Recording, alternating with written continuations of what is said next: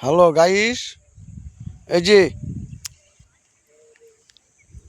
পেঁয়াজ গাছ ভাঙে দিলাম। এখন 10 দিন থাকবে ভাঙা।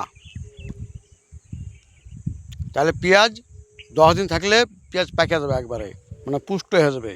সে পেঁয়াজ ঘরে রাখলে আর নষ্ট হবে না। ওই 1 কুইন্টালে ওই 2-5 কেজি নষ্ট হবে, তাছাড়া এমনি নষ্ট হবে না। পেঁয়াজ জমিতে পাক্কা নিলে, পুষ্ট করে নিলে, ঘরে রাখলে আর অসুবিধা নাই। দেখেন সব ভাঙে দিয়েছি।